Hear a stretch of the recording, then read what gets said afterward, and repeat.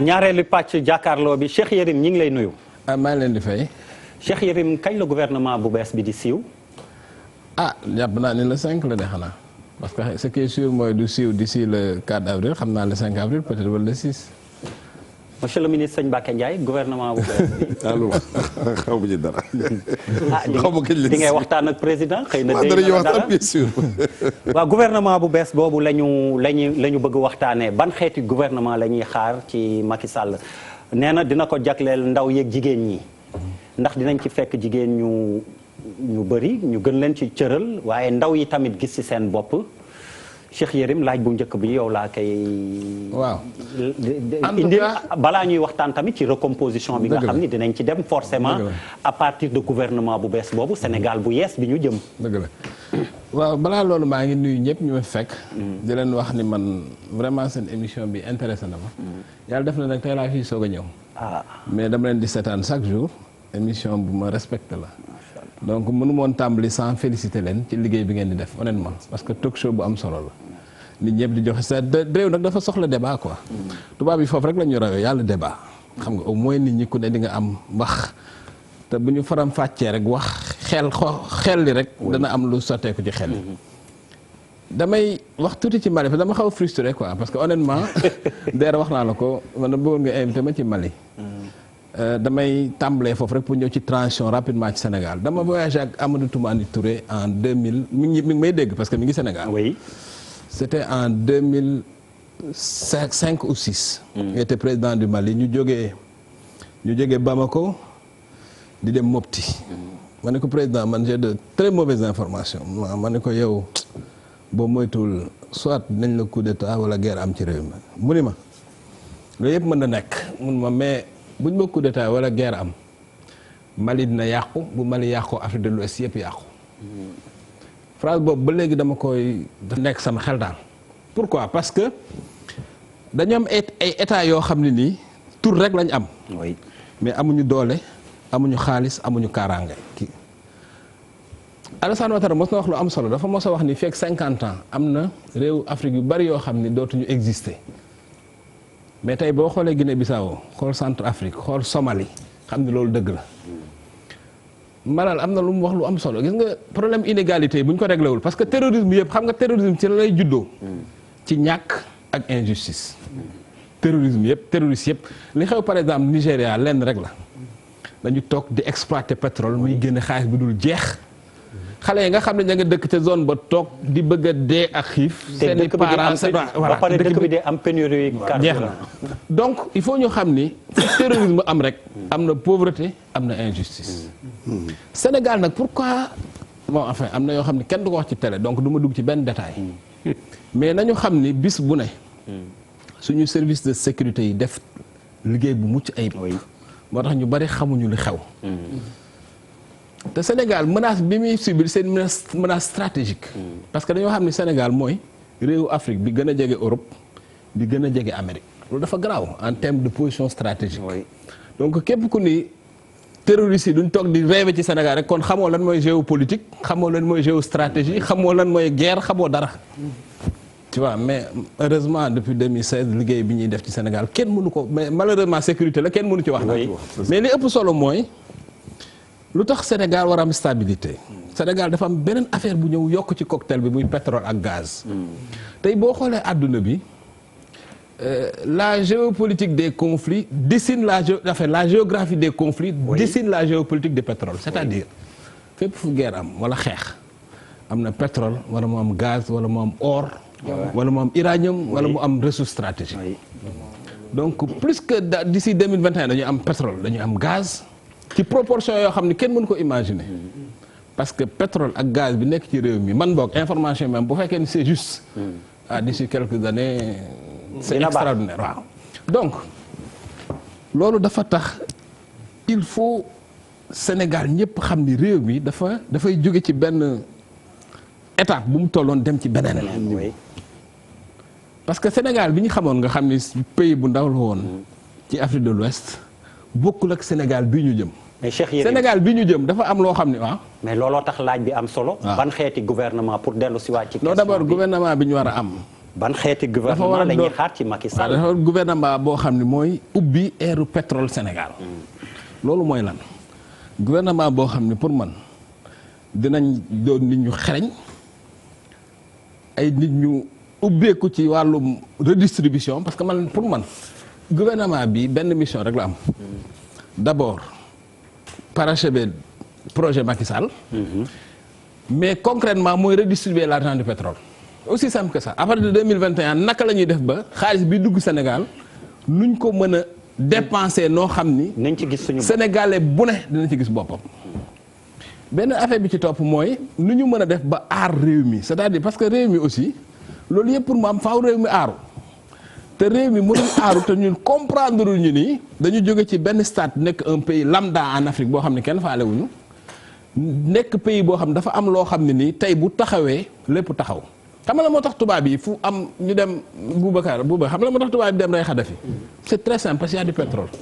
pourquoi ñu rey Saddam Hussein c'est très simple parce qu'il y a du tubaab du dee ci dëkk nit ku ñuul fu pétrole amul wala ressource stratégique c'est pas possible loolu amul. amul benn tubaab buy ñëw di risquer viam ci foo xam ne amul richesse c'est pas possible donc fu pétrole am rek fu gaz am rek il y a déjà un risque géopolitique foofu la Sénégal toll.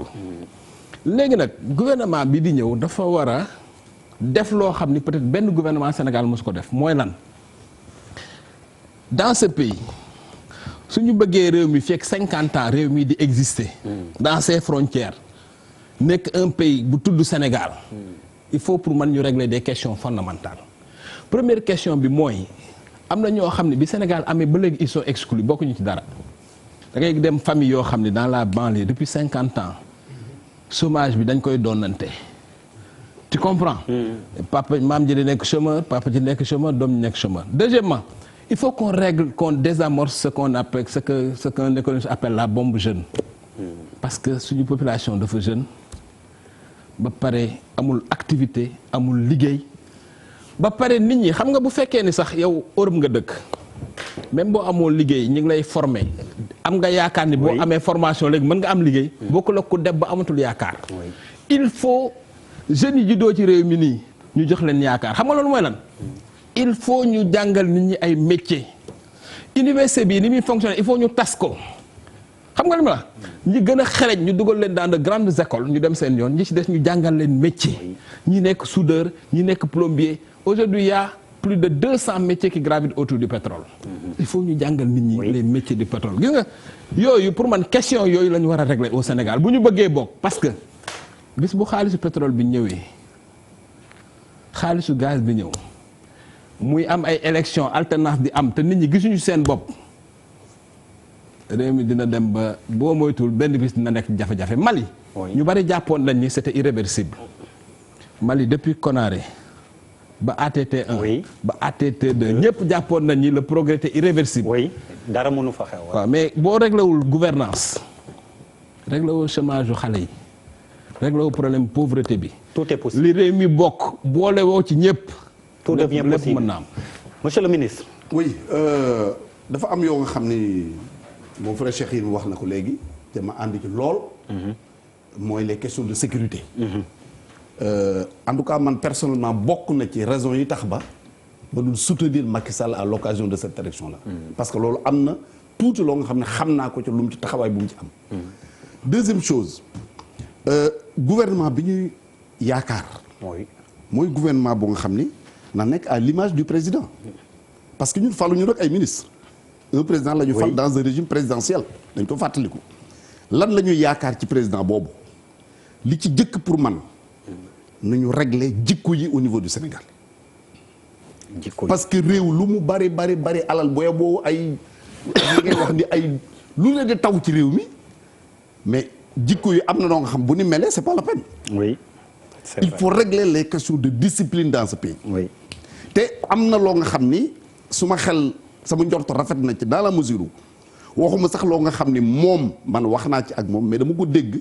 bi mu defee discours 3 avril vous vous rappelez après def na benn comme conférence de presse ou des choses comme ça. après le discours du 3 avril. ba muy wax la situation qu'il y a à Sandaga il a même commentaire na ko sax ni am na ñu koy wax nii ci période doo jëm ci élection di wax yenn yi. donc question wu discipline jàpp naa ne lu ñu war a mën a régler la lu ñu war a régler la dans ce pays là. parce que tant que gouvernement réglé wul loolu. amul lenn loo nga xam mën nañ ko def pour réew mi mën a jëm kanam. parce que xaaruma ko ci defar ay route mi ngi ci le gouvernement xaaruñu leen ci defar ay lampe mi ngi ci ainsi de suite xëy na kañ dañuy egg fa ñu war a egg à 100% loolu mooy wax ji. mais yoon boo ci jaaree di dox boo taxawul di nga egg fa nga jëm. mais question essentielle yi pour man mooy jikko yi mooy sérieux bi war a am. mooy discipline bi war a am. mooy ordre bi war a am. mooy cet gi nga xam ne war na am ci suñu dëkk yi. léeg-léeg da ngay ànd ak nit nga dox fenn même bu ngeen jëmee fii da nga naan ko noonu nañ jaari fële bu dëkkul ci dëkk bi. parce que am loo ko du bëgg mu teg ci bëtam. donc il faut régler ces questions oto yi di circuler normalement nit ñi respecter ku nekk respecter sa morom. kilifa yi joxe le bon exemple. parce que man su fekkee ne dama ne ministre laa di jaar sens interdit keneen def ko. donc yooyu laay tudd ni pour man loolu laay xaar ci un gouvernement boo war a accompagner le président pour ce prochain mandat. li mu wax bilan immatériel la gën a niru Pape Djibril. man nag question sécurité bi ñu wax nii dafa am solo tellement 4 avril la ngi ñëw dinañ defaat génnewaat sunu affaire yeeg yooyu cache misère la en réalité par rapport à la situation véritable du personnel bi nga xamante ni ñoom ñoo nekk ci biir tey jii su ñu wax information pour information. mais il y a des frustrations réelles dans les rangs am na ci yoo xamante ni dénoncé nañ ko am na ñoo xam dénoncé nañ ko ba génn ci il faut que ñu tenir ci en compte c'est pas rien tey jii bu ñu gisee ay militaires en service di def ay braquage c'est pas un fait anodin c'est pas un fait isolé tey jii ci biir rang yi am na ci ñoo xamante aussi bien les sapeurs-pompiers les polices que l'armée am na si ñoo xamante ni seen situation c'est une situation chaotique 15 ans de service 147 000 francs ngay am par mois ça ne peut pas tenir c'est des frustrations yoo xamante ni tey dafa am te loolu nag élément la yoo xamante ni aussi mën na concourir à un moment donné fonctionnaire li gën a bon ci moom mooy démotivation je pense que ne damay waxtaan ak benn commandant de l'armée américaine keroog mu ne ma fii Amérique boo fi nekkee commandant ci armée bi mu ne ma même boo duggee bu la gars yi rencontré déjà il te remercie il te félicite boo duggee fenn ci benn service benn store par exemple nga dugg fenn boo fa fekkee ay nit déjà produit bi ngay jënd mën nañ la wàññil 30% wala 40% mais gars yi dañ lay bàyyi nga dem ndax jox la sa wàccuwaay gis nañ vétérans yi yëpp ni ñu leen joxe seen wàccuwaay et aujourd'hui man par exemple par principe du ma romb mukk homme de tenue ci kaw tali bi te du ma la jël yóbbaale la systématiquement parce que j'ai eu la chance ma nekk ak gendarme yi ma nekk ak sapeur yi xam situation yi ñuy dund c'est des situations difficiles donc je pense que loolu c'est important dinañ ñëwati fii nag ci 4 avril bi ñu ne seen kii daal di koy wane cache misère la par rapport à la réalité. waaw mais Pape donc pour armée Sénégal nag moom. au cours de ces dernières années. affaire ça s'est beaucoup amélioré. non et puis même en termes d'armement d'équipement militaire. tey même bu fekkee nekkoo sax ci secret défense bi. boo liiree yenn revue armée yi xam ni. en termes d'équipement militaire en tout cas. d'entraînement ak yëpp. armée bi année yi passé def na jéego yu bari. Cheikh man justement je ne parle pas d'équipement militaire. man je parle de personnel des ressources humaines yi ci nekk yoo xamante ni information pour information j'ai du béton pour parler c'est-à-dire que il y a des gens qui souffrent te nee naa la c'est pas un fait anodin bu ñu gisee un militaire en service buy def braquage bu fekkee ne fait anodin la c'est très bien mais li ma bëgg a wax mooy par rapport ak gouvernement je ne m'attends pas à un gouvernement boo xamante ni jeu de chaise musicale la ñuy def jël Samba indi Mademba ak yooyu daal di bàyyi c'est-à-dire pour man il y a des réformes majeures yoo xamante ni moom la ñu war a def mu sous-tendre li nga xamante ni moom la ñu am comme ambition réforme yooyu noonu wax nañ ci li nga xamante ni c'est un bilan matériel c'est important mais bilan immatériel bi ñuy wax mooy nan la ñuy def tey ba la redistribution des richesses bala nga naan naam da nga fay nekk. oui. c'est-à-dire que dañu fi gis Christophe Bigot mu taxaw fii daal ne li ñu bëgg li ñu xalaat mooy que la part l'essentiel est que la part du Sénégal soit significative ci pétrole bi ak gaz bi. li ñu fi gis mooy Thierno Alassane Sall ñu gis l'implication de Total par rapport ak ni nga xamante ni noonu lañ ko génnee li ñu gis mooy les questions de transparence yaa ngi dégg ñu taxawal kuréel tey jii 2014 ba tey c'est un élément juste que je donne pour wax ne loolu moo ko war a sous-tendre mais 2014 ba tey xamuñu Sénégal kan la ñuy exonérer fiscalement ak kan l'information fiscale n'est pas disponible on a un super ministre des finances au Sénégal qui n'a mësuma ko gis mu débattre qui n'a jamais débattu su fekkee ne gis nañ ko ñu wax ma te lim ñu yor dañ ko dénk et il a le droit de mettre sur la table ñu confronter ko xam lan moo ciy dëgg ak lan moo dul ci dëgg loolu beneen mbir la beneen bi mooy tey figure le budget général du Sénégal wax naa ne 1% autour de 1% la ñu consacré à la justice comment voulez-vous que réew ñu am ambition yu mel noonu ci justice di ko allouer lu toll noonu ba pare bëgg ñu am une république forte tey jii répartition bi ñu doon wax tey jëlal les pouvoirs constitutionnels les institutions constitutionnelles à elles seules li ñuy polariser ci xaalis te ci fonctionnement lay dem kenn xamul ni mu toll tey jii boo jëlee 4% la ñuy allouer à la santé xoolal tey réew mi ni ñu sonne ci wàllu santé domaine boo mën di jël les gens sont fatigués nga jël carte sanitaire beeg lépp institution yi tey ji boo jëlee hôpital Abass Ndao li muy am ci fonctionnement li muy am ci investissement nga jël tey répartition yi pour man équité boobu noonu c'est important beneen bi mooy toujours ci réforme yi il faut que ñu commencer aussi que nit ñi arrêté di sàcc xaalisu Sénégal tey ji bu te loolu xam nga nan lañ koy arrêté mooy que Cour des comptes def liggéeyam mooy que IGE def liggéeyam mooy que ne Cour des comptes di génn rapport yi nit ñi di xam lan moo ci nekk su boobaa l'État ne sera plus utilisé comme un instrument d'enrichissement illicite et de règlement de compte parce que bu fekkee ne rapport yi day génn ñuy saytu année par année li nga xamante ni moom moo xew avec des parce que rapport yi du ci bëri presse bi aussi dañuy def sensationnel di wax ne diw jàpp nañ ko diw jàpp nañ ko rapport yi li muy gën a def mooy ay recommandations ci ay vides juridiques yoo xamante ni dafay am dans certains secteurs yoo xam dañ ko war a combler le législateur dafa war a ñëw en appoint donc pour man réforme yooyu laay xaar te président diggoon ñu ko parce que ayant fait un diagnostic extraordinaire entre 2009 2010 2011 et 2012 bi mu ñëwee les réalités ont fait que mënu ko jëmmal beneen bi mooy les réformes de l'administration ci groupe de Paris bi yaa ngi foon groupe consultatif bi il a interpellé le ministre des Finances ne ko les réformes mais qui est au box des accusés si les réformes ne viennent pas. Alors Bouba après le réquisitoire de Pape Djibril en fait ban gouvernement ngay xaar. non mais gouvernement boo xam ne ñi demoon campagne ba président bi gagné ku ne gis ci sa bopp. ñi toog seen kër yëpp muyee la mayo loolu la ñuy poser question est-ce que dinaa dugg ak du ma dul dugg on est en Afrique hein? kon gouvernement seddoo nga junj. non attends ma wax la dama ne gouvernement bi may xaar président ci coalition la bokkoon na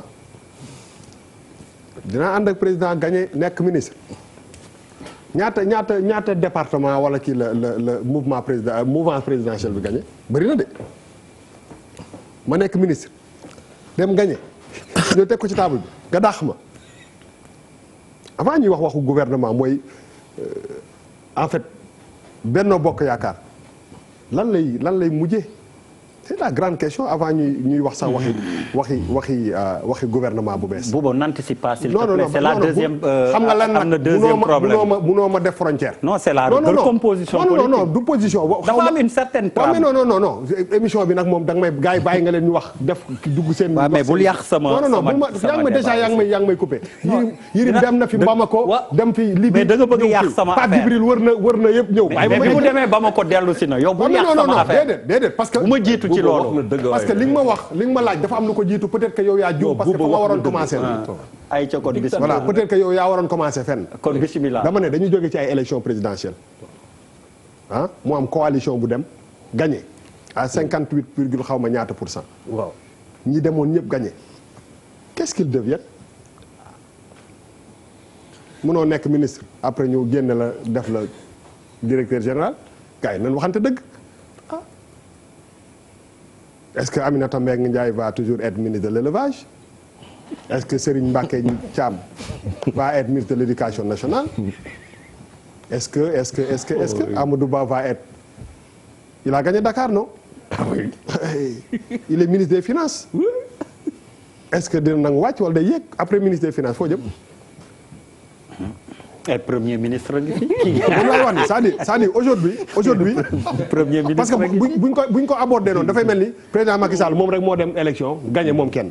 coalition landal te ñëpp ñi demoon ku nekk yaa ngi xaar sa wàll ci kat. mais booba loolu nag c'est un problème. waaw mais non mais Yirim bàyyi rek Yirim da ngay wax ne da nga wax 15 minutes ma déglu. hors sujet fii yëpp. voilà wax fi ay waxi équipement ak yooyu bàyyi ma rek dama ne aujourd'hui ña toog seen kër yi àndoon ak président ñëpp.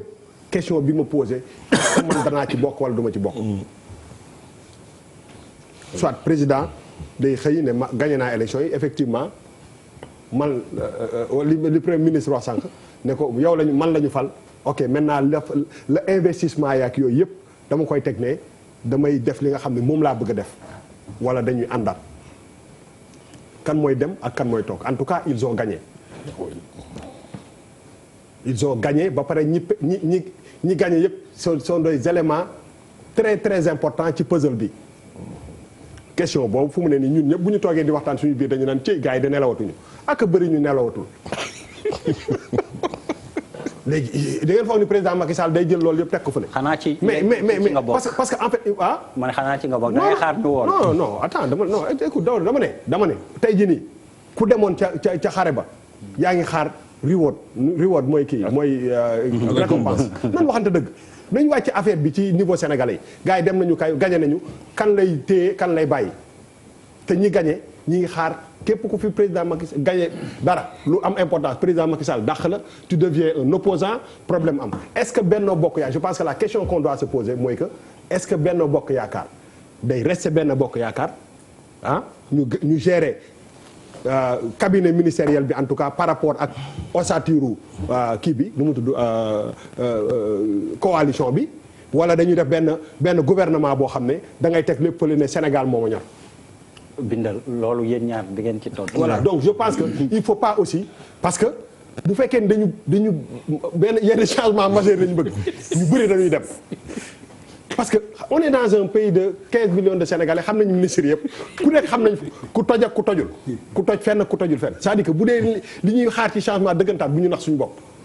ñay dem bëri na. boo fi téyee ña nga fa téye woon kay les gens ne changent pas du jour au lendemain problème bi foofu la. te léegi pour man loolu moom mooy wax ji gars yi ngay xaar président Macky Sall.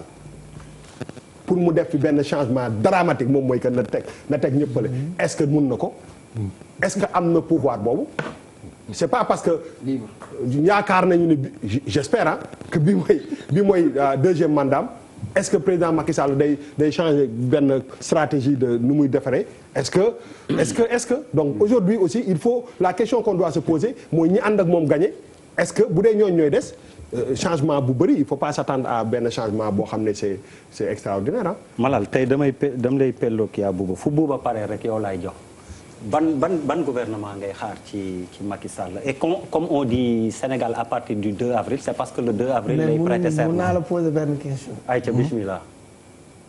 kañ mooy kii bi conseil des ministres bi war a nommer. kañ la kañ. mais du loolu laa doon laaj ci Yérim nee na la après le 4 avril wala le 5. j'imagine que de toute façon à partir du 2. bu prêter serment oui tout devient possible. voilà le gouvernement démissionne et puis après il forme son gouvernement. yes benn affaire bu leer moom am. ministre yi moom ku ci nekk seeti nga sa sëriñ. oui dañuy xon. dañuy lan. xon bi pour être reconduit c'est-à-dire loolu c'est très sénégalais. d'accord avec toi. non c'est caricatural. instant bi non ils sont dans ñu ngi ci ñaay bi. dañuy xon bi. maanaam am na ñoo xam ne pour être reconduit am na ñuy diw bu balaa ñuy toog ci plateau yi. yow mais c'est très culturel. non am na ñoo xam ne balaa ñuy kii am na ay day dugg ci bureau yi diw donc naa fi affaire yu gën a garaaw yooyu. non oui ma Malal. est-ce que Macky Sall mi foog nga ni. non am histoire dem wëri sëriñ dina ko tax fal la wala bañ la fal. am histoire ngay xool feu rouge yi. ginaar yu xonk yu bëri laa gis gars yi di ko saraxe te ay 4x4 a koy saraxe vitre teintée c'est une réalité. parce que quand même les gens s'attachent à leur poste pour le pouvoir. Ce n'est pas pour servir le pays. Merci. Pour la plupart on ne dit pas que tout le monde est pareil mais pour la plupart. Qu'est-ce qui explique passation de service nit ñi woo seeni mbokk woo borom tama yi ñu naan la waaw ñu ngi lay ñaanal yow moom Aïssata Thiam mooy sa yaay lii moom xamoon nañu di nga ko am bu yeboo nag nga profité parce que Macky Sall dafa bëri jikko c'est comme ça que ça se passe état d'esprit yooyu il faut que ñu génn ci état d'esprit yooyu c'est-à-dire aujourd'hui ñu ngi ci moom mu ngi war a dawal deuxième mandat quand on observe la campagne de Macky Sall il n'a pas été suivi par des vieux il a été suivi par des jeunes ñoo nekkoon ci 4x4 yi nekk ci L200 yi nekk ci équipe bi l'équipe était très jeune parce que xawma kan moo ko conseillé parce que c'est pourquoi aussi il a eu quelque part un vote très jeune parce que dans son équipe l'équipe qui l'a accompagné pendant toute la campagne était très jeune. Tout à fait. porte-parole ak keneen observation boobu foog nit ñi def ko. bon am na résultat ndaw ñooñu dañ leen war a responsabiliser. et à tous les niveaux ñi mag am xam-xam gunge ndaw ñi moi dégg naa ko mu wax ci benn journal les femmes et les jeunes. pour man c'est très important et c'est fondamental les femmes et les jeunes parce que en termes de représentation ci démographie Sénégal ñoom ñoo ci ëpp te les femmes votent beaucoup plus que les hommes. te femmes yi ñooy gën a sonn ci vote ñooy gën a sonn ci werante yi après c'est un petit on les constitue en groupement le temps d'une élection le temps d'une campagne financer leen benn affaire il faut des choses beaucoup plus structurantes pour les femmes ba pare ñu ngi wax tout à l'heure parce que li ñuy wax ni c'est un peu lié la radicalisation tout est lié dans un pays où les jeunes continuent de prendre les pirogues mooy bu ñu amee dëkk boo xamante ne ndaw ñi ñu ngi continuer di jël gaal c'est parce que urgence am na donc pour man il faut que ñu fal ay ndaw ci poste de responsabilité yu bëri ba pare jox ndaw ñi liggéey ba pare liggéey effectivement ci soppi jikko yi c'est-à-dire Sénégal dafa am manqué civisme te civisme moom mooy locomotive wu développement bu nit ñi amul civisme quand chacun fout son bordel dëkk bi mënul on ne peut pas prétendre à un développement pour man lenn bu ko Macky Sall defee il nous a vendu quelque chose en 2012 25 ministres réduction du train de vie de l'État rationalisation des ressources publiques pour man il n'a pas eu le temps de le faire parce que xëy na coalition xojoon na ko et aujourd'hui je pense que soxlawul beneen mandat s'il ne s'amuse pas à se présenter pour une troisième candidature pour man les promesses yi ko indi li mu campagne en 2012 war na ko mën loolu la war a mën a def. alors ça rejoint donc jikko yi professeur très rapidement askan wi ban gouvernement nga xalaat lay xaar ci Macky Sall. jërëjëf Abdoulaye sànq ministre Serigne Mbacké Ndiaye dafa wax ci jikko yi. Malal ñëwaat exactement. même Pape Djibril wax na ko. Pape Abdou effectivement Yaramoulaye Sidi Lamine Niass. yàlla na ko yàlla xaare àjjana daf daan wax di cité prophète bi sallallahu alayhi wasallam ni réew yi askan wi seen jikko moo leen fa bàyyi jikko yu rafet. bis bu jikko yi yàqoo dara desatu fa. muy loo xam ni à mon avis ni ko Cheikh Yérim waxee sànq muy gaz muy pétrole muy lu mu mën doon su fekkee ni jikko yi baaxul dara du baax parce que lu fi ñëw it day tegu ci loo xam ni ay xeex lay mujjee ak mbiicoog mbàlloo ko xëccoog leneen. beneen bi ci des président Macky Sall campagne bi mu def programme bi mi ngi ko tudde woon liggéeyal ëllëg. c'est important.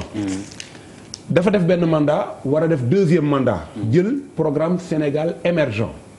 programme Sénégal émergent boobu mu am ci ñaari leviers yu mag yoo xam ni man am naa chance def les 45 départements du Sénégal pendant la campagne.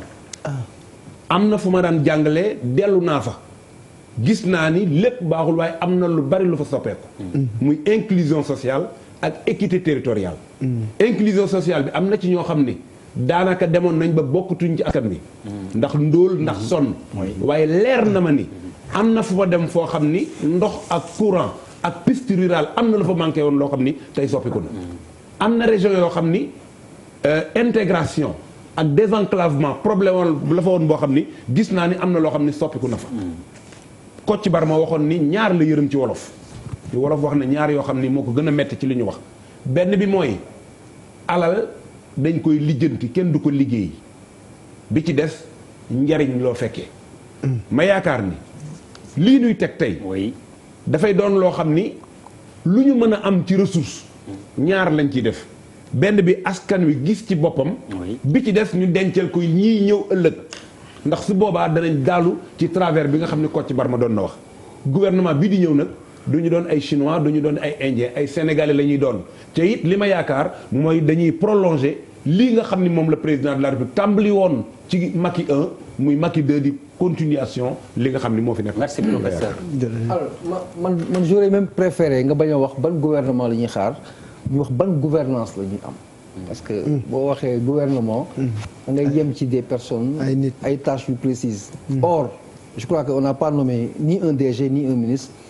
Sénégalais yi ñoo tànn ci seen majorité ñu ne Macky Amadou Sall la ñu dénk suñu mandat pendant 5 ans. donc gouvernement mu def lu baax ak lu baaxul ndey mbili gi moom mooy ki nga xamante ni moom la ñu dénk suñu devenir donc il faut même pas parler de ministre de gouvernement parce que am na lu ko gën a am solo. je disais il y a quelques jours dafa am benn cas exceptionnel bu am ci Sénégal parce que je pense que c'est la première fois depuis que ñu nekk république indépendance que benn président di dem di def un mandat boo xamante ni ñëpp en tout cas là tout le monde est d'accord un consensus que amul prétention jëlaat un autre mandat successif maanaam day terminer mandat bi su Diouf dafa dem xëccoowaat mandat Abdoulaye Wade gagné ko.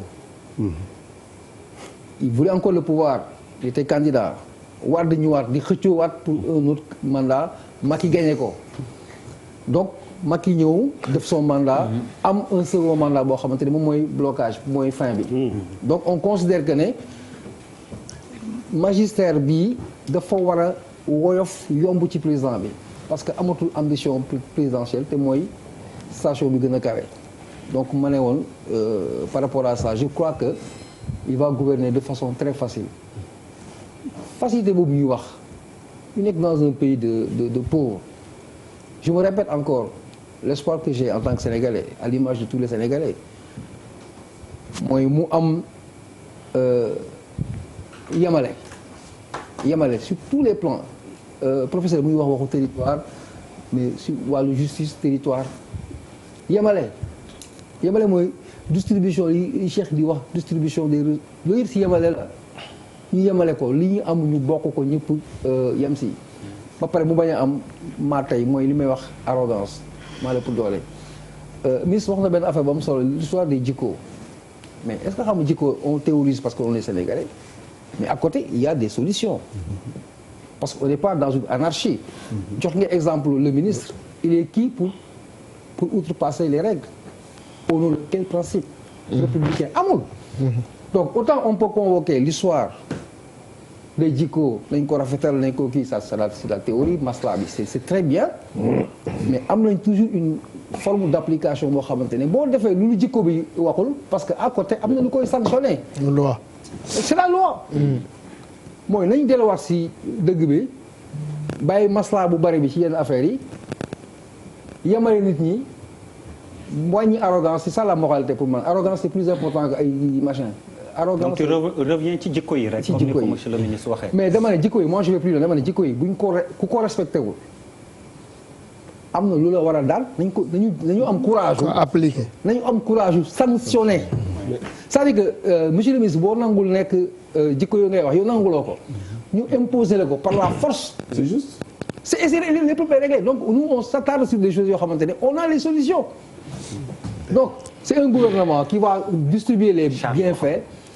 et ma waxaat di ma waxoon keroog parce que la répétition elle est pédagogique quand je disais que Sénégal dafa yombal diriger parce que waa ji bu amul du xaru day wax yàllaa ko dogal alors que dafa dénk son c'est vrai yàllaa ko dogal aw ma dépense tey suba dina baax gaayen no blème loolu mooy Sénégal donc nañu éviter arrogance bi li nit ñi moom ñu séddoo ko ku nekk yem ci ñu mooy justice ak d'accord ressources tout Papis loolu moom tout le monde est d'accord. voilà donc tey bon. Charles tour de table bi yaa waxagul sur le gouvernement.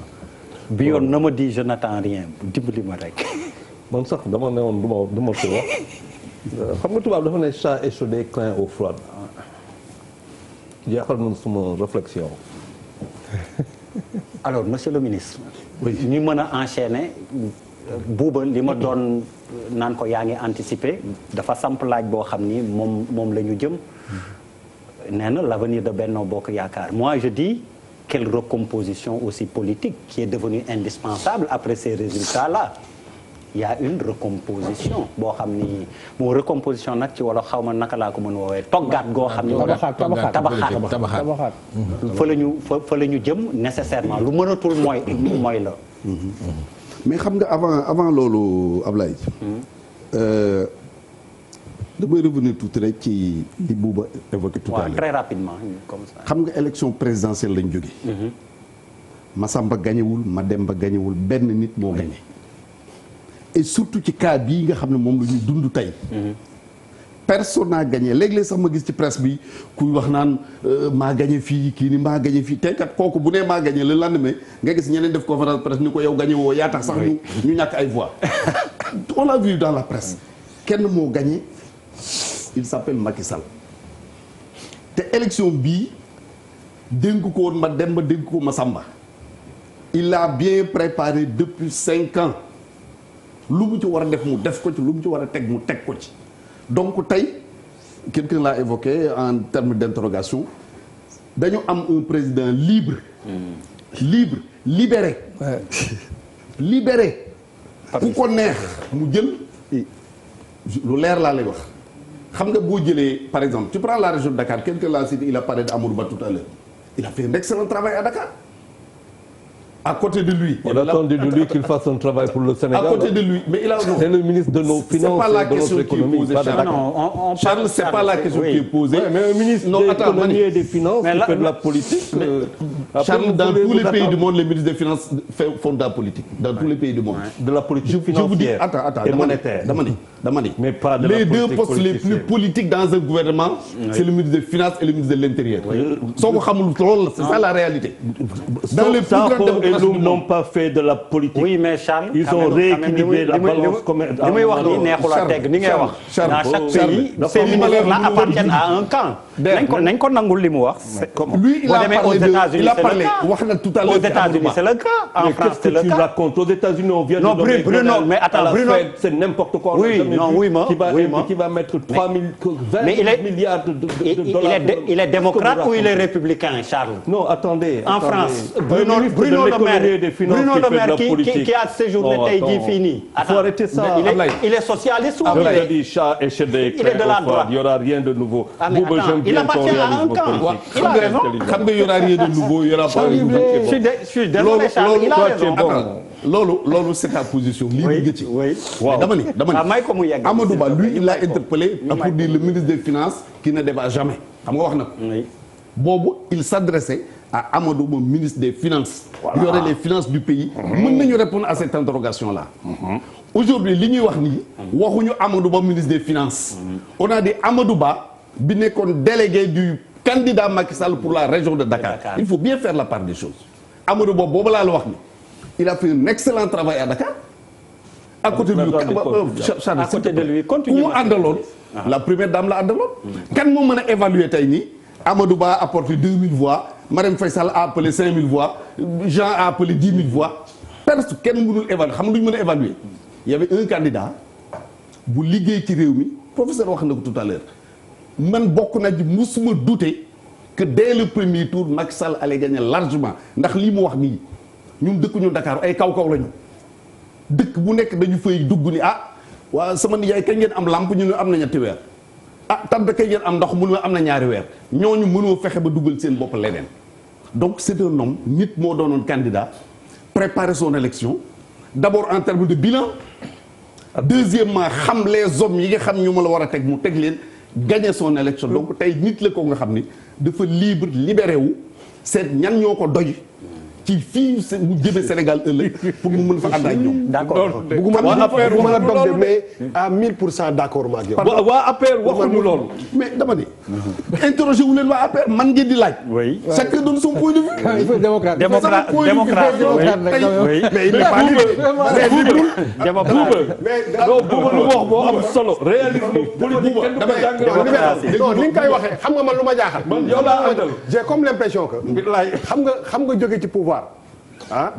jóge ci pouvoir du rek bañ a briguer benn troisième mandat déggoo wax ji de.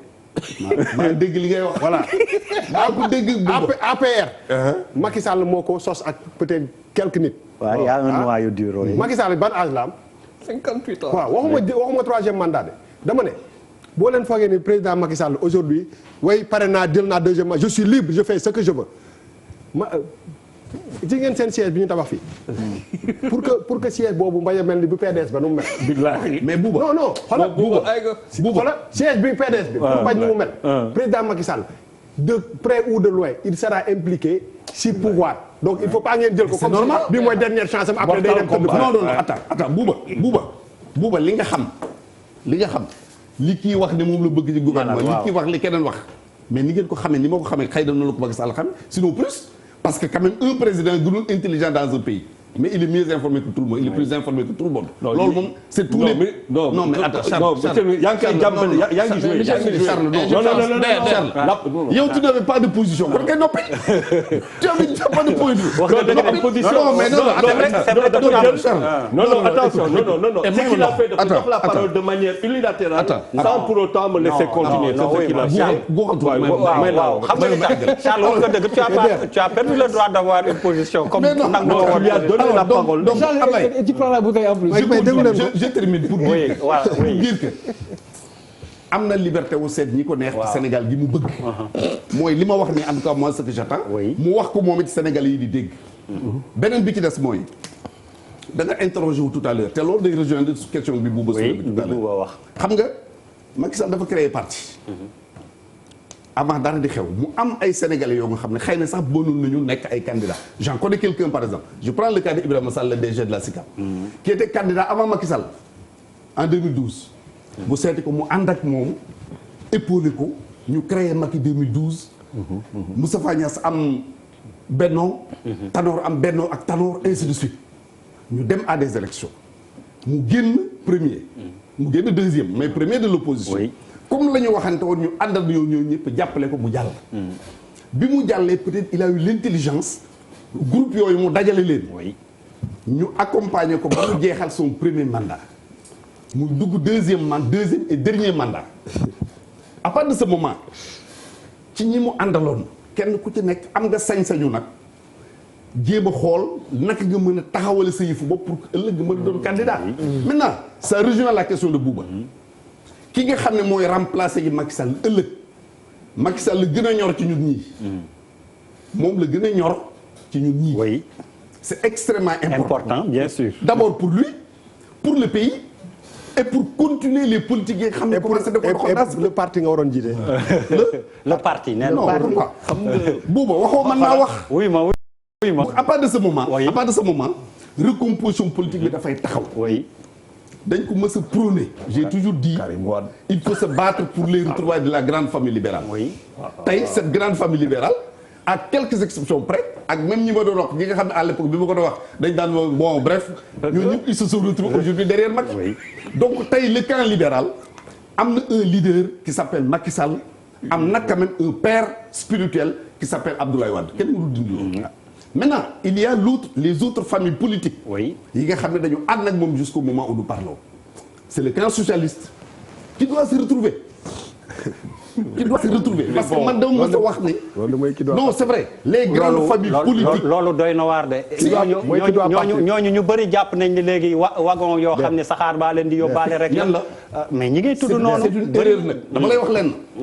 c'est une erreur. xaaral ma laaj loolu Yérim nga baal ma monsieur le ministre. nga baal ma waaw may ma dama la bëgg a wax rek waaw erreur la may ma laaj ko Yérim. ok Cheikh Yérim. waaw d'abord il faut savoir que amul benn réew boo xam ni gouvernement bi dafay nekk un gouvernement purement technocratique. loolu amul. Napoléon nee na on gouverne avec ses propres hommes. loolu la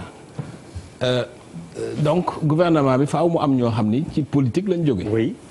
mais réew yu avancé Afrique yëpp boo jëlee Seychelles boo jëlee Rwanda boo jëlee Cap-Vert boo jëlee réew yu avancé yëpp dafa am benn particularité mooy technicité bi dafa ëpp daal doole politique bi.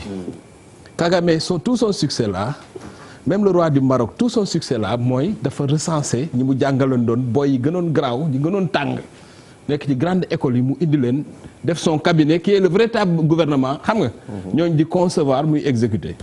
donc il faut ñu am culture boobu c'est-à-dire fekk ñi ngi ci séddoo politique fekk ñi ngi ci xalaat ni kii ñoo àndoon dama ko war a jox par force réew mi mënta dem xam nga tax parce que mentalité politicien la donc Macky Sall osage bi mu war a réussir mooy lan évidemment pouvoir bi il faut mu am base de légitimité parce que ci politique lañ nekk mais loolu na ko booleeg ay nit ñu xereñ ñoo xam ne ni li gën a technique ci réew mi mu jox ko ay nit ñu ko mën xam nga lan moo tax Gbagbo mu am 10 ans de guerre dans son pays amul benn problème financier xam nga ñu bari dañ koy wax rek mais Gbagbo jusqu'à la dernière minute il a payé les salaires malgré la guerre et tout xam nga tax parce que bi mu ñëwee tous les postes techniques financiers muy trésor muy impôt muy douane muy caisse appel d'offre la def Ivoiriens yi indi seen ay CV mu jël benn grand cabinet de chasseurs de tête ñu xool Ivoiriens yi gën a xereñ ñu jox leen loolu gars yi doxal ko moo tax affaire dafa mos a dox guerre nañ n'importe quoi mais les finances le pays a toujours été bien tenu loolu il faut ñu am préoccupation boobu nu ñuy def ba nga xam ne dañuy boole politiciens yi ak boroom xam-xam yi je pense que loolu c'est important li ci toll mooy Benno Bokk Yaakaar moi j'ai très brutal Benno Bokk Yaakaar pour man jeex na tàkk d'ailleurs ñi ci bokk sax wax nañ ko dégg nga waa AFP génn def seen conférence de presse daal ni 2024 dañu am candidat ça veut dire c'est clairement fini PS li ñu wax c'est clair ñoom il faut ñu am plus de place dans le gouvernement parce qu'ils se projettent dans le futur tu comprends donc dañuy am seen candidat képp ko yaakaar ne aussi Macky Sall day def 12 ans bàyyi nguur gi noonu sans protéger ses arrières pour man xamoo politique xamoo àdduna xamoo dara et puis d'ici là aussi parce que recomposition pourquoi pour man c'est très teel nga ñu wax ko mais y a 12 ans y a 12 mois ci kanam ci ginnaawul kenn xamul woon kan mooy Sonko il s'est retrouvé avec 15%. Il y a 12 mois ci ginnaaw kenn yaakaarul woon ni Idrissa Seck dina am 3 man ak yow mos nañu ci waxtaan kenn yaakaaroon ni Idrissa Seck dina am 3% il te retrouve avec 20%. pour dire que dama lay wax rek dama la bëgg a wax ni la. il n'a pas plus de 5%. dama la bëgg a wax ni la dañu nekk ci monde boo xam. c'est la vérité aussi. il a 20% Idrissa Seck. mais il a 20%. il a 20%. oh attends donc dama la bëgg a wax ni. dama bëgg a wax ni non dama la bëgg a wax. parce que yéen doo leen hésité mu wax seen 50. il a 20%. il a 20%. kon Macky a combien. loolu lan laa ci mën a tirer comme leçon. oui déglu leen leçon li ma ci mën a tirer mooy. yëf yi dafa gaaw te fii ak élection yi. 1 million de Sonko peuvent émerger. oui absolument. c'est-à-dire échiquier bi mën na évoluer manière boo xam ne nii ñëpp ñi ñuy calculer tey. d'ici quelques années dootuñu exister ti. Très bien. te am na ci ñoo xam ni le mouvement naturel des choses moo leen di éliminer. pour man ñooñu jeexal nañu. tu comprends donc d'ici 2000 parce que ce sera une élection particulière boo xam ne président sortant du ci bokk. donc tu verras une offre politique nouvelle boo xam ne et puis ce sera un moment boo xam ne nii plus de 60% ñiy voter. du ñu am 35 ans. donc beneen configuration la ñuy gis. beneen ordre politique la ñuy gis. il faut que donc configuration bi ay benn bokk yaakaar. tout ça c'est terminé mais pour yow s'il te plaît recomposition bi ñuy wax. recomposition nit ñuy war a changer la. wala comme on dit recomposition système boo xam ni dañ koy changer la ban la war a doon. non man li ma gis mooy. il y aura de nouvelles forces qui vont émerger. C'est très clair. Tous les partis classiques pour man disparaissent. Yes. Pour man ay PS ay AFP ça a des objets de musée man sa loolu mooy sama vision. APR ce qui va se passer dans l'APR c'est très clair. oui luy xew APR. Macky Sall sera président jusqu'à 2021-2022. Au-delà de 2022 ñi nëbbutu ñëpp dinañ génne seen bopp. oui tu comprends. Soit dans un réflexe de survie il se retrouve te loolu gëwuma ko. parce que man ñi ma gis ñu bëgg ñëpp te mënuñoo wax dañoo bari. donc kii day jaar fii kii jaar fii kii jaar fii kii jaar fii Macky Sall moom ci boppam dina jéem a fabriquer candidat pour protéger arrière c'est logique donc noonu lay demee. pendant ce temps il y aura une nouvelle offre politique dans ce pays. gis nga ni Sonko génne. ñeneen ñoo xam ne xamuñ dinañ génn. ñeneen ñu génn ci parti dinañ génn. mais Yérim gouvernement bi ñuy wax nii. li waral débat bi nii. mooy dans 4 jours. ça waxuñu c'est sûr que ultérieurement dina am ay remaniement mais là. on parle de ce gouvernement boo xam ne dans quelques jours lañ ko war a kii. c'est-à-dire que pour ñu indiwaat affaire bi mooy wax fa dëgg yàlla. perception bi nga xam ne nit ñi moom la ñu am. ñun des profanes la ah. fu dëgg yàlla mooy que kii li ñu xam ak lii sagum ñiy def politique yëpp dem battre campagne jël àll bi 45 départements yi tout le monde ñoom ñëpp a ngi xaar dara. ku ko ci déggul Macky Sall war na ma lay wax. c'est-à-dire que il faut que ñu jël ñu teg ko ci table bi. non loolu d'accord nañ ci léegi mais nag loolu est-ce que ça veut dire que Macky Sall dafa leen war a topp. wala dafa war a defe leneen lu gën a dëppoog intérêt réew mais moom laa lay wax nii boobu beneen débat loolu beneen débat la mais dama ne yow li ngay wax nii peut-être que ultérieurement mën na am mais fu mu ne nii fii ak juróomi fan li may wax mooy que ñoom ñi nga xam ni ñëpp xam parce que aussi mais quoi qu'on puisse dire xoolal kenn baaturul campagne pour Macky Sall gagner pour que mu joxoon la 100 retirer 100 yi nga ne kontaan naa y a pas de problème Sénégal bi ñu nekk ñoom ñii ñëpp Serigne Mbacké Ndiaye mi ministre peut-être que exception la ci affaire bi mais 90% ñi ànd ak Macky Sall non parce que moo ko fi indi fii moo ko fi teg mais donc pour positionné wu moom bëggul xoolal mais dama ne tu oublies qu'il avait transhumé aussi non dama ne non pour virgule boobu non monsieur le ministre non virgule boobu rek foofu laay terminé non dama ne fu mu nekk nii non dama ne fu mu nekk nii li ma bëgg rek ñu indiwaat ko mooy ñi àndoon ci caravane yeeg. mais dafa am question bu la bëgg a. mais bàyyi ma eggali rek. fii virgule bi parce que foofu la may daggee dama ne. ña àndoon mooy ñun xam nañ leen. tout le gouvernement li yéen doon wax naan ko technocrates yi gars yi di teg ci yenn position yi mais fii ñi nekk ci yenn position yëpp politiciens la ñu njëkk a doon avant ñu nekk ministre des finances wala ministre de l'intérieur wala dara. mais ñooñu Aly Ngouille Ndiaye qu'est-ce qu'il va représenter Matar Ba qu'est-ce qu'il va représenter directeur des impôts qu'est-ce qu'il va représenter. te c'est des gens yoo xam ne dañu bàyyi seen poste yi pendant des mois dem di defi politique ñooñu mënoo leen jël. non mais monsieur mënoo leen sànni ci biti. tu penses que le ministre de intérieur boo xamante ne moo organisé yi élection du organiser local yi amul sens. moom laay wax ni. donc Bouba non yow sa réalisme politique dama ko faa. yow ci réaliste politique ngay doon. loolu moo wax ni. non mais attends question bi muy wax ni Mandela l'a réglé d'une belle. waaw mais attends non mais accès au pouvoir. non Cheikh may ma c'est-à-dire fii il faut dire les choses Bouba wax na ko. nous avons en 2019 décembre 2019 des locales. oui mais xanaa loolu le président Macky Sall loolu ça l'intéresse pas. avec kan la fay dem. il va partir avec une nouvelle équipe. man yaakaaruma que le gouvernement bu ñuy créer entre le 2 et le 5 n'est que le gouvernement de janvier 2020. de janvier oui. mais c'est exactement ça veut dire qu'il y a quand même une intelligence, il y a un réalisme. nañ déglu sëñ Mbacké Ndiaye s'il te plaît s'il te plaît. non may ko non s'il te plaît. Charles oui man bëgg naa déglu laajam même su ñun ñoo ko waroon laaj. voilà xam nga lu mu bëgg mooy d'abord le président quel que soit le président ce qui se passe dans sa tête. kenn mënu ko xam loolu nit wax. mais si mais attends laisse-moi terminer. non xam nañ li xew ci boppam. c'est la politique mooy xam nga lu tax. mooy nan laay def ak ñii ñëpp di xaar poste. attends non waxuma loolu. c'est-à-dire le choix des hommes laa la wax. mais xam nañ ko. non mënoo ko xam. premier ministre Abdallah Dionne. mais ministre de l'intérieur Aly Ngouille Ndiaye. je continue. mais je continue. Charles ngi def remaniement bi tu sais ma question. peut-être que je peux te donner des indications. Charles ngi def remaniement bi. xam nga sama question mooy lan. xam nga da nga wax ni ñëpp ku nekk yaa ngi xaar fu le président du dugal. waaw ku duggul fenn ni war na ma. waaw mais est-ce que yaakaar nga objectivement que yow Bouba nga ànd ak Macky Sall pendant 3 ans parce que n'oublions pas que après 3 ans la def dem au pouvoir. waaw nga ànd ak moom galéré entre guillemets pendant 3 ans mu jël réew mi def le ministre pendant 7 ans. ou pendant 5 ans. waaw dem ay élections. waaw changer de gouvernement génne la yow dugal keneen tu penses que daf la war. je pense pas. non man waxuma man de. non waxuma yow. mais si mais oui non parce que normalement boo defee parce que boo defee nit 7 ans dafa war a non. Amadou Ba salaire ministre boo ko divisé par 7 ans normalement loolu. der boo wax la affaire. Charles attention. non taxul mu bañ a di soxla lu mu dundee. non je parle pas de salaire gisuma kenn koo nga xam ne da ngay ñëw ànd ak nit. ni ko damay ñëw ci sa parti mais boo gañee def ba ministre. mais non ñëpp ça n'existe pas noonu ngeen def. jox la gouvernement monsieur le ministre mais oui ça n'existe pas. am na ñoo xam ne dañ koy négocier. je suis désolé. monsieur le ministre monsieur le ministre bugguma wax. déglu ma bugguma wax mais am na ñoo xam ne balaa ñuy ànd ak Macky xamoon nañ ni dañ leen di def ministre. mais non attends non je suis pas d'accord. dañ koy négocier si Macky bi créé parti non Macky Sall créé un parti là moom je suis désolé. Ablaye déglu ma am na ñu ko xamoon de. yanuwul maanaam. am na ñu ko xamoon de déglu ma mais déglu ma. am na ñu ko xamoon. Macky Sall créé un parti.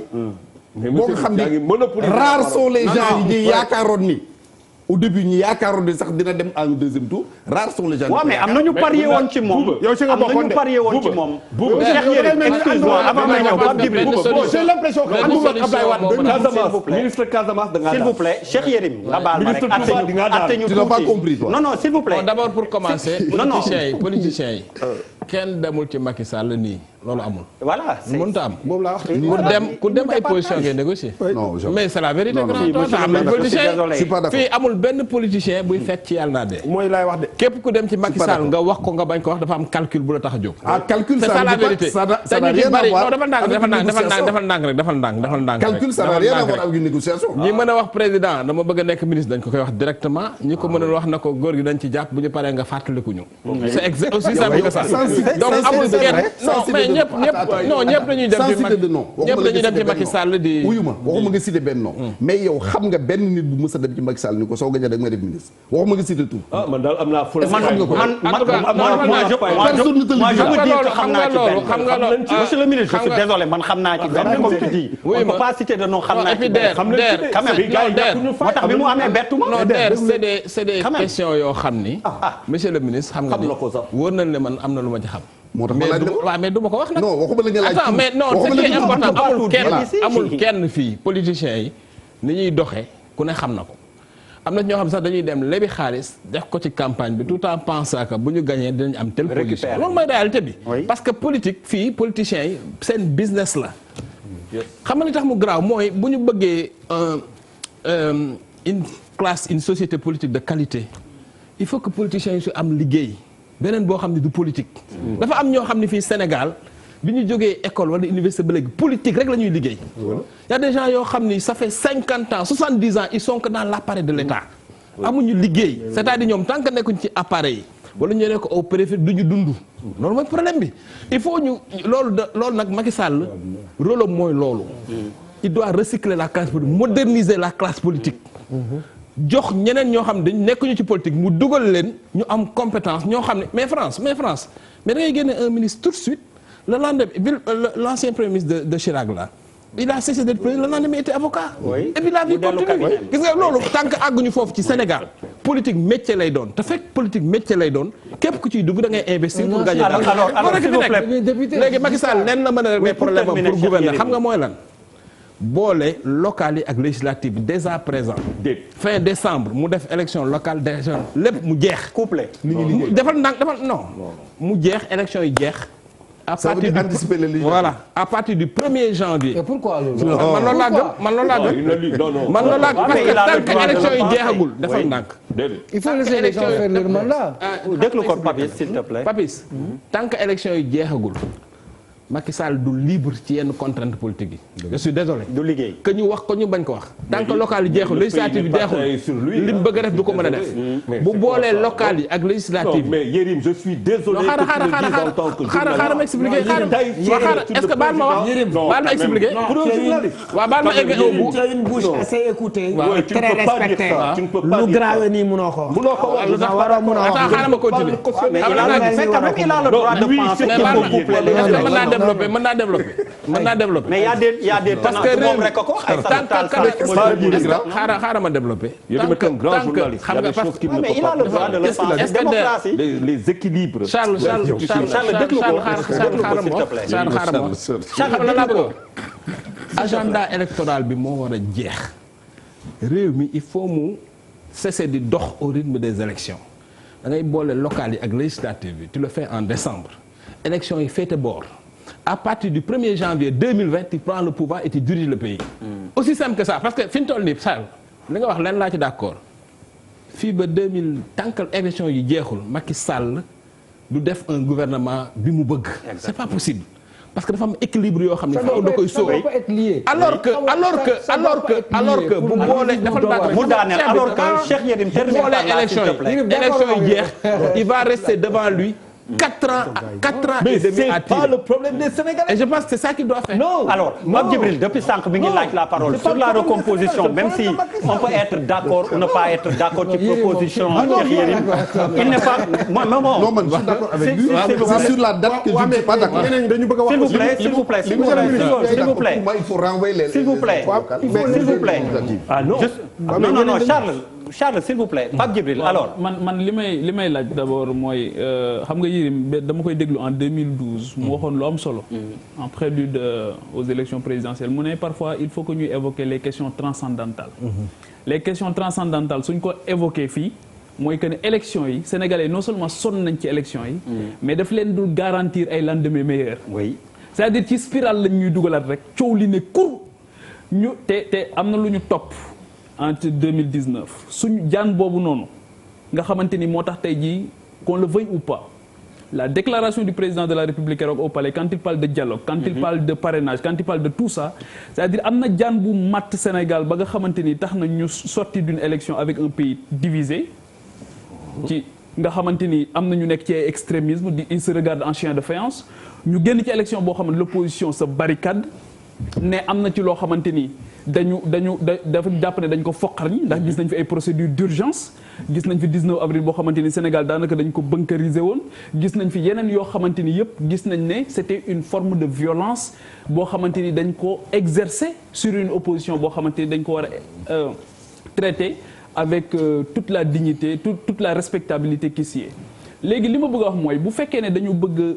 guérir loolu sur le plan politique comme on nous ramène toujours à la politique il faut que d'abord ñu xool ndax dañuy auditer fichier bi bala ñuy wax waxu élection sinon coow dina fi judduwaat ñu duggaat ci benn cercle vicieux boo xamante ni duñ ci génn leneen li mooy avec Macky Sall ce qui se passe est extraordinaire moi je pense que Abdoulaye Wade pouvait limoger des gens te du déboucher sur un problème politique parce que c'est des gens yoo xamante ni léegi wax nañ fi un ministre des finances qui n'était pas politique mais Abdoulaye Diop man xamal lu ma koon coloration politique léegi bu fekkee te bu fekkee ne peut-être que doon na ko def sous une autre forme man xamalu ma woon fes bii bu ci fes nii ak toute l'administration fiscale et tout est totalement politisé Macky tey ku mu dàq mën na déboucher sur un problème politique donc rébellion bi ci biir këram boo moytuwul ci lay juddoo lenn moo am depuis mu dàq Sitor depuis Abdoulaye Wade jëloon Sitor Ndour il mise sur ce qu'il appelle un leadership éclaté mooy que kenn du doon dara finalement boo bëggee ne kenn du doon dara ñëppay mujj doon dara donc pour man recomposition bi nga xamante ni dina am ci fii ñu jëm ni xam nga recomposition ban lay nekk boo xamante ni dafay ànd avec une conscience politique pas avec des personnes c'est dommage que les débats tournent autour de personnes bi may tudd Amadou Ba léegi en tant que ministre des finances moom Amadou Ba en tant que personne ne m'intéresse pas li ma intéressé rek mooy ki nga xamante ni dénk nañ la les finances publiques les finances de l'État du Sénégal te réew yi nga xamante ni ñoo gën a moderne di accepter dem ci ay débat débattre ñu expliquer ñu pourquoi depuis 2014 ñi ñuy exonéré ci wàllu fiscalité kenn xamu ko pourquoi depuis 2014 gisuñu rapport Cour des comptes IGE ñu gis ni nga xamante ni noonu la demee OFNAC ka fa nekkoon ñu xëy défenestré ko xamuñu dans quelles conditions booba ba tey day attaqué OFNAC day attaqué des secteurs yoo xamante ni c'est la grande muette mënuñu wax mënuñu expliquer ñu leen di jiñ ay corruption yooyu alors que la grande corruption se trouve ailleurs man li nga xamante ni jàpp naa ko mooy recomposition aussi daf ciy bokk ci li nga xamante ni je pense que Cheikh Yérim moo ko dénoncé woon en 2012 sur les gens qui avaient accompagné le président de la République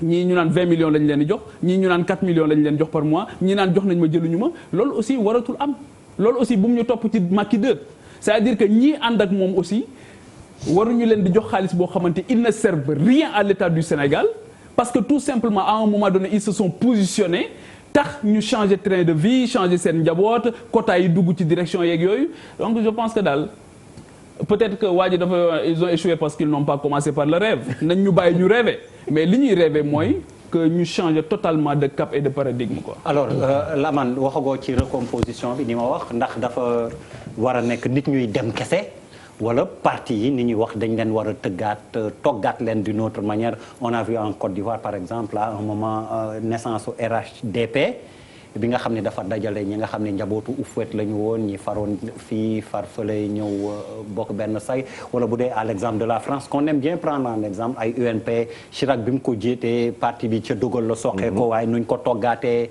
ndax genre recomposition yooyu xëy na la ngay xalaat fi mu nekk ni Sénégal. waaw man li ma yaakaar ci gëm ko mooy mu ne sul course bu ne nga di mol mooy lan wolof boobu dégguma ko mooy chaque fois nga ñëw ak ambition yoo xam ni di nga defe ni yow yaa fa war a nekk parce que dafa am loo xam ne tam dana weesu pour man am na ñoo xam ne normalement waratuñoo bokk ci course bi def nañu seen temps liggéeyal nañ Sénégal defal nañu réew mi loo xam ne war nañ mën a dem nag toog ñaanal xale yi nag ñu continuer à mon avis loolu bokk na ci forme de recomposition bi nga xam ne man moom lay rêvé génération yi nga xam ne mooy génération yi nga xam ne ñooy bees yi mooy ñi nga xam ne mën nañoo ànd ñu toog autour d'une table waxtaan mais am na ñoo xam ni pour man waratuñoo bokk ci course bi ndax li ñu waroon a def nañ ko loolu nag yaakaar naa ne man alors Papi juste pour terminer. waaw man je vais parce que du ma def météo politique. mais recomposition bi pour man déjà esquisse yi taxaw na on sort d'une consultation am na comme 20% am na comme 15%. déjà ñu taxaw la c'est des gens avec qui il faut compter pour li ñëw si 5 ans yi nga xam moom moo des.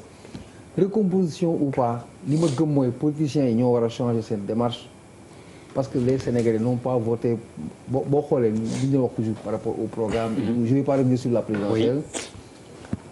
Kaw Sonko wane na ko il fait une première expérience en un temps record il arrive à avoir 15%. loolu dafa am lecture sociale lecture politique bi ñu si war a am. Des gens qui sont des politiciens classiques, anciens, ils n'auraient pas eu 2%. Quelqu'un qui n'a jamais fait, qui ne s'est jamais inscrit dans le cadre d'un parti classique, ñoo am 15%. moom mooy évolution boobu ñuy dem partir d'une conviction, choisir par la conviction. Ok. mooy li ñu doon wax un jour mos naa ko fex yàgg na ma ne la société civile bi dañu war a. Je veux dire que tu peux t'investir dans ton pays sans que mu nekk si oui politique. Forcément politique oui. et que dina am des gens des ressources des compétences que les gens vont choisir extraire leen génne leen pour jox leen ay responsabilités moom mooy cas Sonko et je crois que ça va continuer plus ñu dem plus les gens moins politisés ou politiques. di am ay responsabilités di am ay confiance peuple bi moins les politiciens classiques xam nga professeur moom yóbbu na retraite ñëpp. oui yóbbu na ça va continuer les jeunes vont rester pour survivre. mais dañu dem benn moment boo xamante ne ça va basculer les gens vont choisir les gens qui ont des compétences et qui vont travailler et qui vont respecter leurs promesses. mais dafa am benn. Bouba sa dernière prise de parole. c'est l'idéal. pour ta dernière prise de parole Bouba. parce que pour man dafa am ay actes yoo xam ne soit da nga koy poser wala nga bañ ko poser. mandat président Macky Sall bi 5 ans la du 7 ans 5 ans ça passe vite ah. c'est-à-dire que am na acte boo xam ne su fekkee ni le PS ba existé c'est maintenant qu'il faut poser ces actes là muy AFP muy kenn c'est maintenant sinon dans di nga bu Macky Sall waatee ba teg loxo bi damay bañ ñuy gént ay sénégalais lañu commencé nañu xalaat 2024 le lendemain la ñuy nekk ci loolu. oui Yirim xam nga li ma lay wax. je suis sûr de ça. du ñu li ñu bëgg mais li ñu xam ni moom la ñu nar a doxale aujourd'hui dafa am ay ministères yu stratégique yoo xam ne ñi ànd ak Macky Sall mais du ñu ay mag noonu Aly Ngouille Ndiaye Matar Ba Amadou Ba mais c'est des jeunes mais il faut pas bu leen ñu lëndëmal tous ces gens là ont des ambitions yu leer te ay ñooñu bu dëkk bi naree dox Abdoulaye Diouf Sarr qui est à Yoff qui gagne nekk ministre de la santé éducation nationale moom PS ñoo ko moom pour le moment. waaw c'est-à-dire que xam nga lu tax. parce que par exemple boo jëlee ay éducation nationale depuis le premier jour nu mu tudd Serigne Mbaye Thiam xam nga lu tax mu mën a def bras de fer ak ku ko neex il sait que il va pas quitter. au conseil yu monsieur Ousmane Tanor waaw bi ñu créé pour moom kese. non Bouba bon. non qu'est-ce que ça va devenir. non j'adore Bouba. dañ ko créé pour moom vous le savez. oui dis les choses. ça veut dire que qu'est-ce que ça va devenir demain. su fekkee ne divorce boobu dafa am demain tant que au conseil dafa neex de. ñu yor la ay non c'est presque un président. tu as tout. ñu tegal la ko nii. amatoo benn ambition politique tu vas jamais plus te représenter mais saa way dafa naqaree bàyyi wan ginnaaw su fekkee na nga ko war a ginnaaw c'est maintenant qu'il faut le faire. il faut que quand même quoi qu'on puisse dire rek ñu nekk ay sénégalais Dakar Sénégal c'est petit. li fi xew yëpp xam nañ ko li animé gars yi xam nañ ko très bien. aujourd'hui il faut pas rêver. il ne faut pas rêver président Macky Sall lu mu am liberté il quand même reste un politicien. pur et dur. pur et dur. Oui. te pour téye loolu il y a des actes politiques qu'il va poser aujourd'hui suñu bëggee rêver d'un gouvernement qui va changer le divorce c'est maintenant. président Macky Sall jël partem est-ce que partem kese parce que pour mu mën a def lii muy def yëpp il faut que partem kese am doole. boo xam ne mën na ko continuer. est-ce que am na ko wala amu ko. vous savez ce qui li existe biir APR quand même. qui est kan moo nekk APR qui pèse quoi. boo dindee poids wu président Macky Sall ci APR. lan moo ciy des. tout ça c'est pour man c'est des questions qu'on doit se poser. Bouba a dit le divorce c'est maintenant man je vais te dire l'après Macky c'est maintenant. finalement. oui c'est-à-dire que xam nga dafa mel ni dañuy confondre. recomposition ak divorce. ça n'a rien à voir. oui. non attends s'il vous plaît. ça n'a absolument rien à voir. sànq dama commencé Charles. il n'y croyait même pas mais dagg na ma quand même ba ma arrêté foofu le fil de mon raisonnement. Oui. C'est vrai par di ma def ay grimaces yooyu. alors quand je parlais de recomposition j'ai parlé de la famille libérale tout à l'heure. Oui. J'ai parlé de la famille socialiste. Vous avez suivi il y a quelques mois Diegane Sène avait fait une sortie dans la presse pour appeler d'ailleurs am na keneen avant moom ku ko jëkkoon wax. il est revenu là-dessus pour dire que effectivement dañoo war a recomposer la famille socialiste. Je parle pas du parti socialiste. Je parle de la famille socialiste. mais amatul. mais parce que seen Benno Bokk Yaakaar li nga xam ne moom mooy moo war a représenter. lan moo amatul. ma ne idéologie du parti socialiste wala bu libéral amatul rey ngeen loolu. problème de personne. qu'on se dise la vérité cette famille là famille boobu tas na bu yàgg. mais Bouba s'il te plaît. ma ne barki dem boo jaay dama gis ci RTS ñu wane benn kii. ñu wane benn bëy buy nàmpal benn kii. benn xar. ça veut tout dire. waa jeex na léegi tu ne prends plus la parole s'il te plaît. daaneelal ma jeex ak Cheikh Yérim ak. encore que. c'est fini depuis longtemps mais bon. encore que bu la neexee su ma nee la famille socialiste. je reviens pas sur les idéologies. discuté wu ma loolu. mais Sénégal am na lu tudd parti socialiste. am na lu tudd AFP. am na lu tudd URD. ñooñu ñëpp UPS PS amul. fa la ñu jógee la mais Bouba toi aussi. je vous dis que c'est parce que famille boobu la le PS existe. le PS de Ousmane Tanor. Bouba may ko ma continuer may ko ma continuer. pendant 7 ans il faut qu'on se dise la vérité. il faut qu'on soit sérieux. non mais on est sérieux. comment tu peux dire le PS est devenu APR. AFP de Moustapha Niasse est devenu APR pendant 7 ans. alors que yow yaa fi wax léegi yow tout de suite. waaw tu as cité le cas de Ousmane Tanor HCCT tu as cité le cas de Serigne Mbaye Thiam parce que benn parti la. socialiste amu fekk APR. dafa wax dañu sey quoi. non attends. mais sey nañu nag Bouba bul toog ci sa plateau. bul toog ci sa plateau. bul toog ci sa plateau. sama plateau de suñu plateau ñun. waaw non waaw waxin la. bul toog sa plateau di wax. sa plateau la gën a nekk. coro mbaar mi. bu ma taxaw coro benn la fi. non boobu benn dong la fi. waaw kenn fi sant Ndiaye. damay bañ dama koy jiitu balaa mu naan de yaa ko jur. benn fi sant Ndiaye de yaa ko jur. alors je veux dire que parti socialiste gi fi AFP gi fi URD gi fi ak ñeneen ñoo ñëpp ils font partie de la famille socialiste. alors quand je dis que recomposition jotewul dara ak divorce. ay partis dañu nekk dans la majorité présidentielle aujourd'hui ay coalition Macky 2012 c'est une coalition bu nekk biir Benno Bokk Yaakaar n'est-ce pas am na d'autres partis yoo nga xam ne bokkuñu ci benn coalition ñu ngi biir Benno Bokk Yaakaar ça n'a rien à voir donc man j'estime que aujourd'hui recomposition bi ñu te xam nga recomposition bi parrainage daf ko indi pratiquement parrainage bi quelque part même un vieux m'a dit Senghor avait raison quand il disait que Sénégal 4 partis doy na fi le parrainage daf ko delloo si waat donc la recomposition elle est indispensable l'après Macky comme tu as dit ça se prépare aujourd'hui mais ce qu'on a oublié dafa am benn raisonnement bu Cheikh Yérim def mu am lu mu réveillé ci man xam nga Sénégal bi ñu dund nii tey mooy Sénégal il l'a dit tout à l'heure nous le savons xale yaa ngi daw di wër emploi borom kër yi daw nañu ba sonn jigéen ñi daw nañu ba sonn ainsi de suite mais est-ce que Sénégal bii gëmuma ko bopp mooy doon dans 3 ans dans 4 ans Sénégal boobu ñuy dund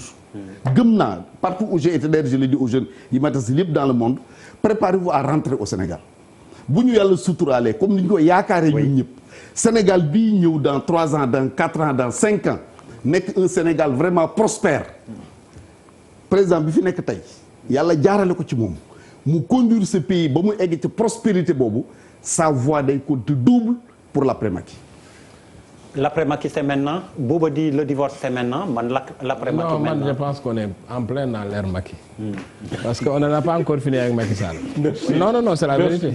Parce que d'abord il est là pour 5 ans. Après 5 ans il fera tout ce qu'il pourra pour impacter le parce que c'est normal aussi. boo gouverner pendant 12 ans doo ci génne nii. parce que nguur a demee noonu. mais man lan rek laa bëgg a wax. Dans ce pays-là il faut ñu choisir entre l'agitation politicienne et le développement. soo gisee ma proposer ñu coupler local yi ak législative yi xam nga pour lan la. pour ñu génn de l'agitation politicienne pour développer ce pays. Je ne veux pas qu'il y ait des élections pendant que moment boobu ñuy nekk le pétrole commence à couler dans ce pays on doit gérer des enjeux stratégiques pour le pays il faut ñu xalaat loolu. moment boobu dañu war a am un président boo xam ne il est déconnecté de tout calcul parce que Macky Sall je vais te dire il faut mu xam ni c'est vrai que ñi ko wër ñëpp ñi ngi calculer. moom dafa war a am calculu boppam. oui man si j'étais à sa place tey benn calcul rek laay am. ma place dans l'histoire. Parce que loolu c'est fondamental. xoolal ñi am âge Macky ñëw au pouvoir les Kagame les Kikwete ñoom ñëpp dañu am benn particularité mooy dañu développer seen pays sans exception c'est-à-dire amul kenn ko am 40 ans wala 50 ans tu viens au pouvoir sans faire de amul. Donc Macky Sall est venu au pouvoir à 51 ans un âge à peine décent pour être chef d'État en Afrique. Tu comprends? nga am 2 mandats 12 ans à tirer ñu ne yow yaay premier président bi judd après l'indépendance. gars yi nañu calculer bay bëgg a dee mais Macky Sall su gérer cet enjeu stratégique bu génnee en 2024 li gën a tuuti li mën a nekk mooy secrétaire général des Nations Unies il faut mu gëm loolu. donc enjeu boobu man problématique boobu la Macky Sall war a gëm politiciens yi. avec moom sans moom avant moom après moom d'ailleurs mi ngi ak ñoo xam ne ñu ngi doon politique te juddoogul. dinañ fi nekk fii Sénégal di continuer di politique. donc problème bi mooy moom moo war a am son calcul un axe stratégique ba pare mënuñu am pétrole am xaalis am stabilité boo xam ne amul ci Afrique. parce que en dehors de la nuisance de la Casamance ñun on a un pays stable.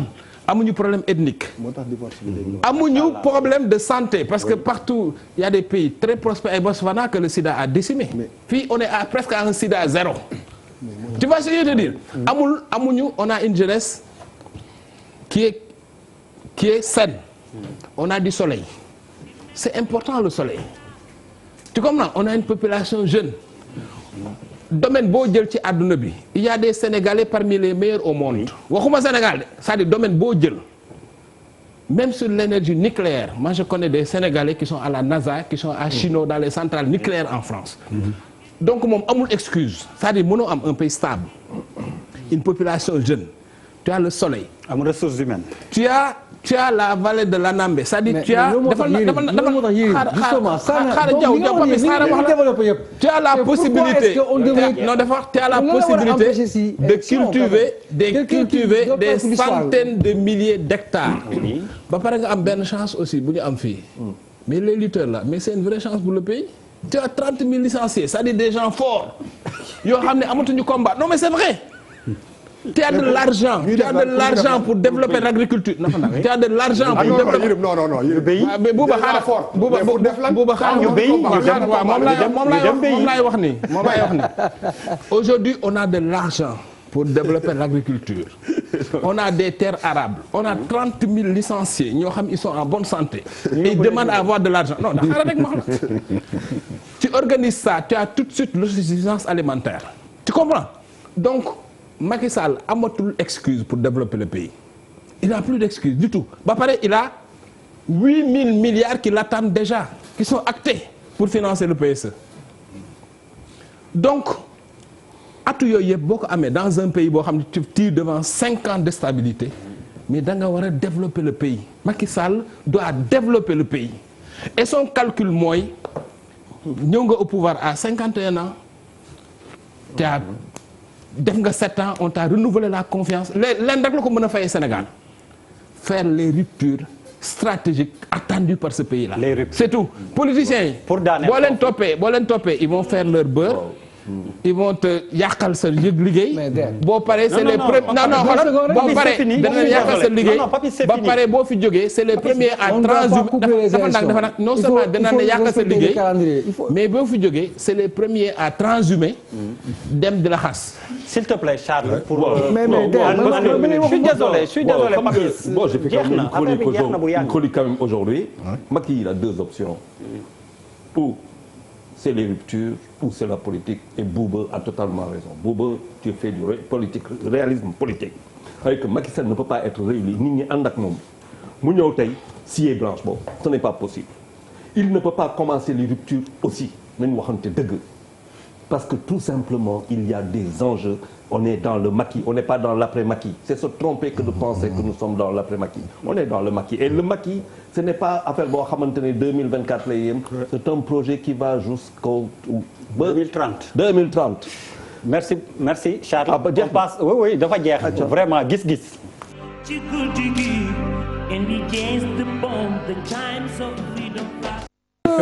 Alors, colonel Ndiaye, DIRPA, qui donne les chiffres du défilé militaire 4 avril, avec 4035 militaires, 1815, mënuma ko wax ci wolof, chiffres yi bu ma ko fi wax moom ngeen daw, 1815 civils, 345 oto, ñetti téeméer ak fukk ak juróom. ayca ak moto yi de mémoire 124 ak juróom-ñaari roplaan yoo xam ne dinañ défilé bi kon dana ala dawme 4 avril incha allah. Pape Djibril. waaw xanaa d'abord thème bi ñu choisir pour man moo gën a am solo te loolu yëpp dafay dugg ci nan la ñuy def ba Sénégal ce sentiment là d'appartenance à l'État du Sénégal nan la ñuy def ba renforcer ko donc on attend de la part des autorités des discours très forts mais aussi des actes très forts dans ce sens. Professeur Lamane man day bërki démb am na benn chaîne boo xam ne wax naa ko fa du ma ko tudd nii bu ñuy màggal mbaa nuy gàmmo wala ñuy célébrer fête de l'indépendance pour man taxaw seetlu la.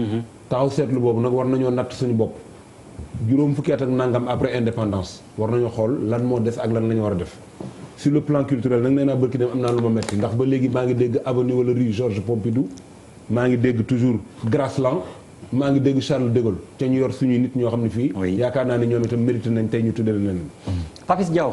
waaw traditionnel c'est la fête de l'indépendance celle des armées c'est normal mais damay rejoindre tout petit professeur dañu war a xool xam nga la ñuy fêter indépendance boo ko fêtee ba pare bu tëddee guddi sa kër war nga xool est-ce que tu es indépendant. Bouba Ndour waaw man xam nga waxoon naa ko fi daaw man li may gën a choqué su may xool le 4 avril waxuma défilé bi de damay xool tribune bi ñu nekk ay sénégalais nekk ay africains tribune bi fees del ñëpp sol ay costume pour man loolu dafa am lu muy renvoyer.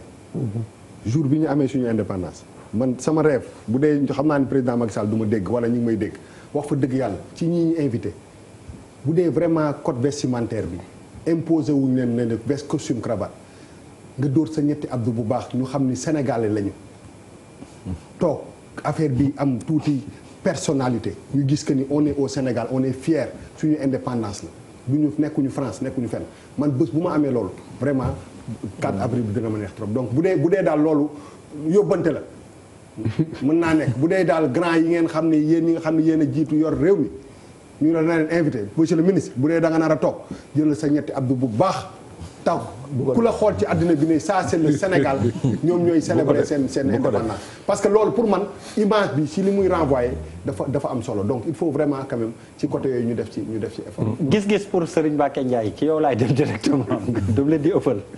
waaw donc xam nga li bu wax aussi dafa am solo. oui ma rappelé ñaari fait. bi Guinée accédé à l'indépendance. oui Sékou Touré dafa doon sol lu weex.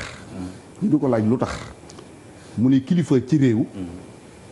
sa waa réew dañ lay toppandoo ak loo mënti def te weex même percal sax nit mën na ko jënd loo ñàkk-ñàkk yàlla mën na la sutal nga am percal di ko sol donc effectivement li mu wax man dama ci ànd may profiter ci occasion bi la professeur Lamane am na lu ñu daan waxtaane yàlla dogal na président def na ko muy jël le building administratif tudde ko le président Mamadou Dia c'est important mu rejoindre histoire les rues yi ngay wax ni da ngay toog leen ni ko rue de Thionk mooy lan xamu ko et pourtant lu am solo la ci histoire du Sénégal ak yeneen donc vraiment ci côté boobu je pense que am na lu bëree bëri lu ci des dégg naa fii may profiter féliciter ko ce matin Massamba Gueye je pense que c'était ce matin muy wax ci hymne national di ko toj nga xam ni hymne national Sénégal panafricanisme bi ñu doon wax foofu la soqi ko.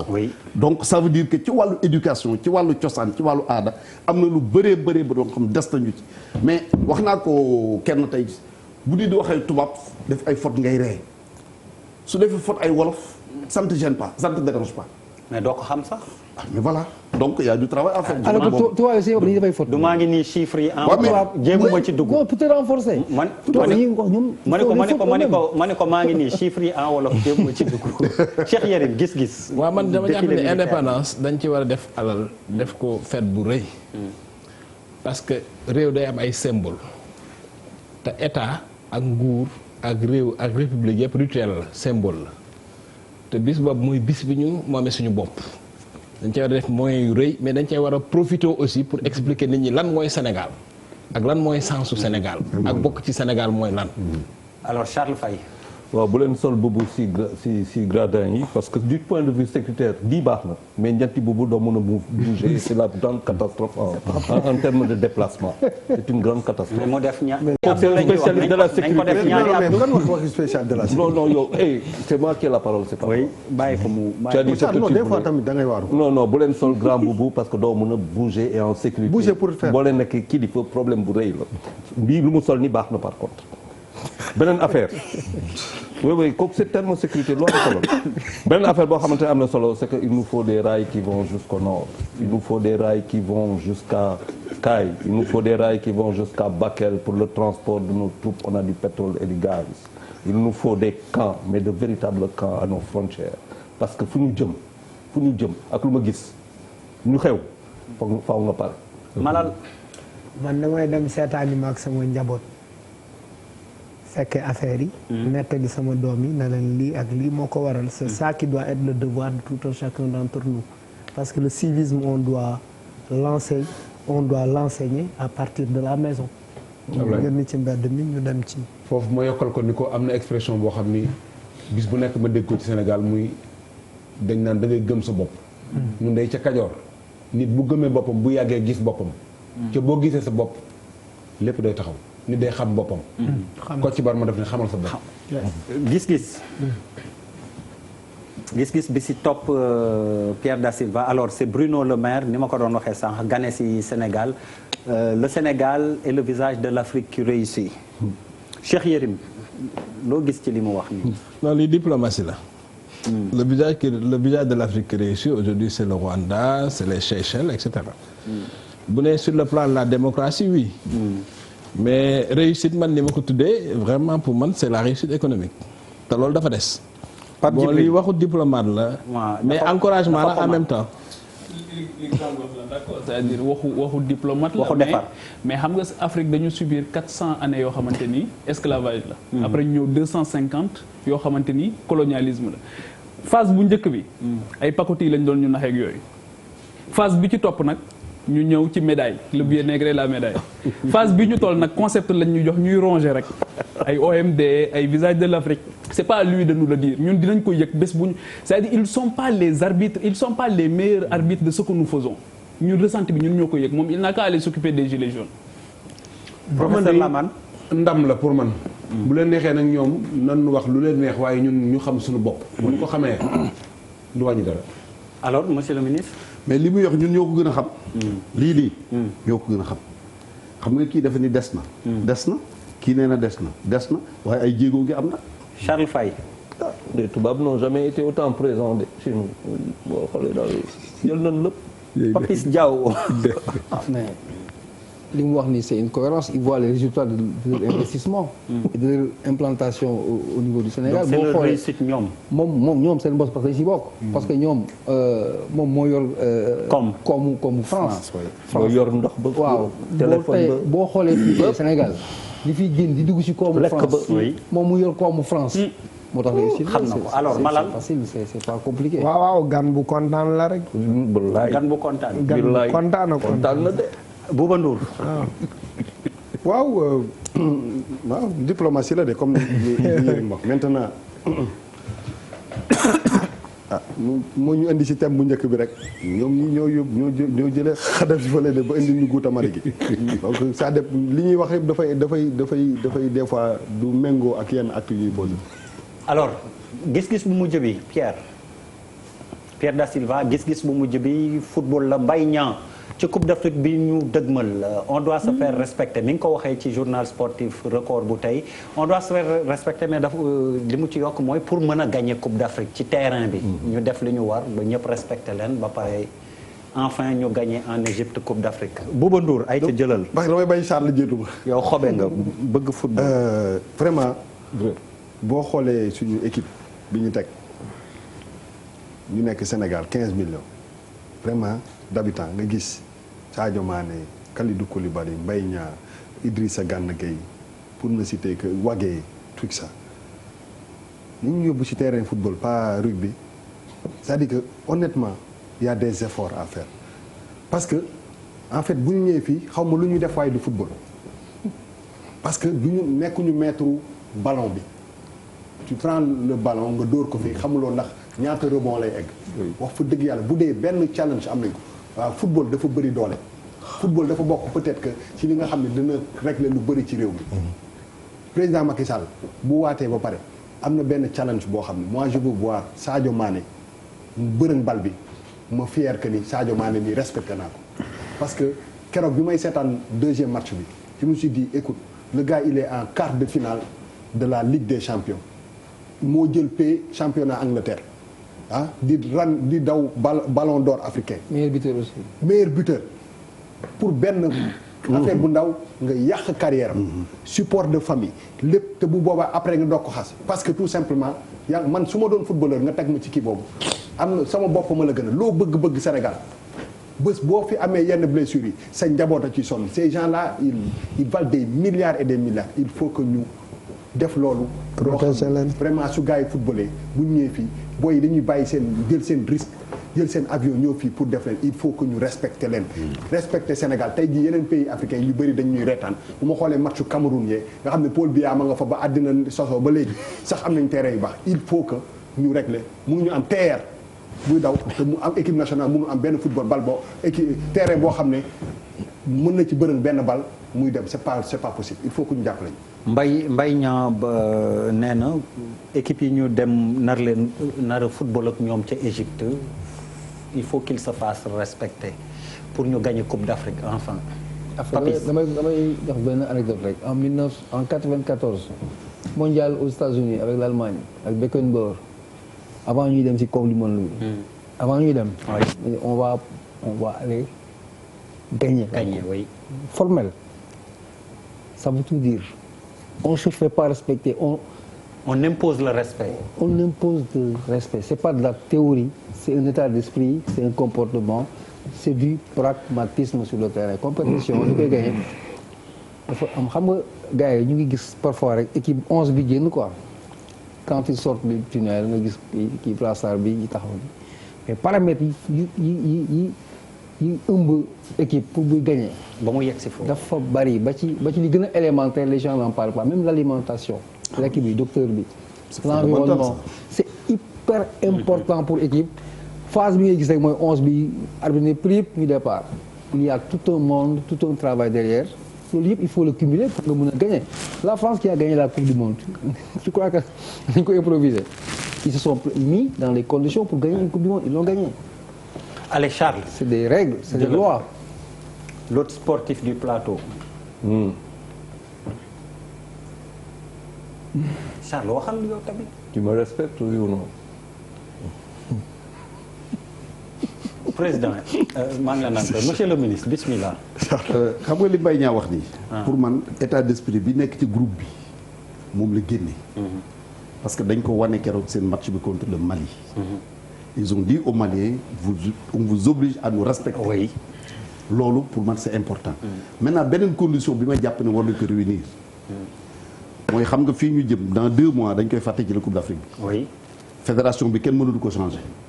entraîneur kenn mënatu ko changer. ce qui reste aujourd'hui c'est le peuple entier dans sa totalité. tout le monde def bloc autour de l'équipe nationale. alliance boobu suñ ko réussir vraiment l'équipe se sentira très forte te lu ñu wuti nañ ko am. Cheikh Yérim. waaw équipe nationale Sénégal football moom vraiment wax moom man daal wax moom vraiment parce que équipe bi bon c'est bien beau mais il n'aurait gagné quoi je veux dire parce que affaire aussi man tu sais pourquoi au-delà de l'aspect histoire xam nga lan moo tax ma par exemple ku mel yontel Mohamed sallallahu alayhi wa sallam xam nga tax ma respecté ko même en tant qu'homme politique c'est que dafa gagné il faut des résultats quoi. xam nga gars yi waaw dañ naan kii moo dàq football fii tel pays ils n'ont rien fait. je suis désolé. loo gagné gars il faut qu'ils gagnent une coupe. wax ji yëpp c'est bien beau mais ça ne veut rien dire. affaire il faut ñu gagner quoi. Almaam yow mën nga football. man latéral gauche laa woon. chaque jour nga wax ko ku la damm. Baba Naar donc. gaaree sa carrière non Baba Naar lor na la. Baba Naar mi ngi dëkk seen koñ ba léegi. mi ngi fa mais nee na sonn nañ ci li ma koy tudd ci télé. mais yàlla nañ gagné yàlla na équipe bi gagné. amiin booy ay jëree lañ quand même parce que quand même. Ils pouvaient jouer en France ou dans les autres pays. Non, pas tout le monde, là. Il y a des gens qui ont essayé. Oui, qui ont essayé de jouer en France, ça n'a pas réussi. On va pas revenir sur ce débat. Oui. Yàlla nañu a'uuzu billaahi mina seytaane rajiim yàlla nañu gagné ko. waaw amiin Malang yemal foofu. Pape Djibril alors. Football dafa am problème de gouvernance et li ma doon wax tout le temps c'est-à-dire qu'il y a une opacité autour de tout ça. C'est-à-dire qu'il y a des gens qui remplissent et on n'a jamais les bons comptes. Loolu moo tax tey ji infrastructure yi ñu war a am amuñu ko. te aussi bien Brésil que Cameroun bi mujjee gagné boo gisee Cameroun équipe bi ñu indi mu gagné foofu la ñu nekkoon ci seen dëkk ba di football. c'est-à-dire que à partir du moment où tu te dévoiles sa lépp nga génne ko ci biti et je reviens sur les questions de souveraineté. c'est-à-dire que il faut que ñu am au niveau national au niveau local aussi un bon dispositif boo xamante ne dina permettre ñu détecter les talents ñu màgg fi football fii Brésil bi mu commencé génn booy teel a génn. ñu découvrir seen football fu ñu demati ñu duma leen Cameroun bi muy gagné c'est parce que les gens qui étaient là-bas n'étaient pas prévus donc il faut des infrastructures de qualité maintenant avec 1% du budget qu'est-ce que tu peux faire professeur waaw man dama yaakaar ni pour le sport laa wax 1% pour le sport je parle pas du football il faut est-ce que mat na ko waaw est-ce que mat na ko matu ko li ñuy wax les symboles le drapeau man pour man il faut que gaynde yi parce que 15 millions de Sénégalais yoo xam ni chaque fois bu ñu dooree équipe bi bu ëllëgee ñu taxawat supporter ko il faut que ñu xam li ñu yor lu mu doon bii ñuy préparer dem Russie dañu dajale lions yi ci benn hôtel de la place am benn organisme bu leen woo defal leen ndogu parce que on était au mois du Ramadan ma def benn exposé historique Kalidou Koulibaly ñëw ci Mayacine Mar ni ko je veux rencontrer le professeur Lamane Mbaye bi mu ñëw mu wax ak man mais man li ma gis ba nëgë ni mooy des na benn fibre boo xam ne xale yi ci seen bopp war nañ leen a dajale ñu xam mooy lan parce que ñett dafa am fulla fayda ak farlu xam nga luy fulla mooy ne ci lu baax ca bu jeexee nga taxaw xam nga luy fayda mooy nekk ci tool yemale yow képp nga nekk ca ak téeméer fekk la ca buñ la ca fekkee yaa nga ca buñ la ca fekkul yaa nga ca farlu nag mooy def loo xam ne fu waxtu ba jotee nga def ko ca kenn du la soññ il faut que jom jooju am Joseph Antoine Bell wax na fi kàddu goo xam ne naqari na Sénégal yëpp parce que daf ni heure bi war naa fekk ñu rangale 16 coupes d'Afrique chaque fois ñooy gën équipe waaye bu yëf yi ñëwee rek mu demee noonu yal nañu ci yàlla mu sëral jërëjëf merci beaucoup professeur Lamane Mbaye ñoo amoon mbégte ànd ak yow Serigne Mbaye Ndiaye ak Cheikh Yérim Seck vraiment ñu kontaan ci wuy su bi ngeen ñu wuy si yéen tamit doon seetaan ñu leen di jaajëfal di leen ñaanal jàmm di leen jox dox daje incha allah ajuma bi ñu dëgmal